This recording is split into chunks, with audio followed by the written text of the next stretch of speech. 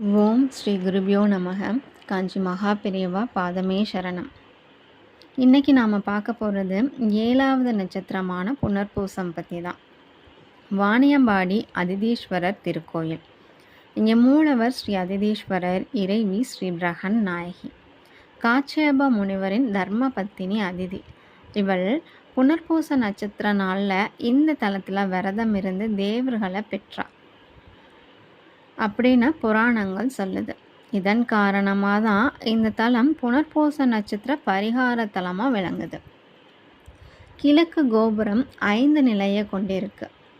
மூலவர் ஸ்ரீ அதிதீஸ்வரர் மேற்கு திசையை நோக்கியும், இறைவி ஸ்ரீ பிரகன் நாயகி தெற்கு திசையை நோக்கியும் அமைந்திருக்காங்க. இந்த திருக்கோயிலில் சரஸ்வதி தேவிக்கு தனி சன்னதி இருக்குது. சரஸ்வதி தேவி கிழக்கு திசையை நோக்கி காட்சி தரா. இந்த கோயிலில் திண்டி மற்றும் முண்டி ஆகியோர் துவாரபாலகர்களாக இருக்காங்க. தட்சிணாமூர்த்தி மிகுந்த கலை அம்சத்தோட வித்தியாசமான கோலத்தில் காட்சி தராரு. இவர் மான் மழு ஏந்தி சின்முத்திரையோட நந்தி மீது அமர்ந்து காட்சி தராரு. இந்த திருக்கோயிலில் மகா கணபதி சன்னதி, வள்ளி தெய்வானை சமேதா சுப்பிரமணிய சன்னதி, சுவாமி ஐயப்பன் சன்னதிகளும் அமைஞ்சிருக்கு.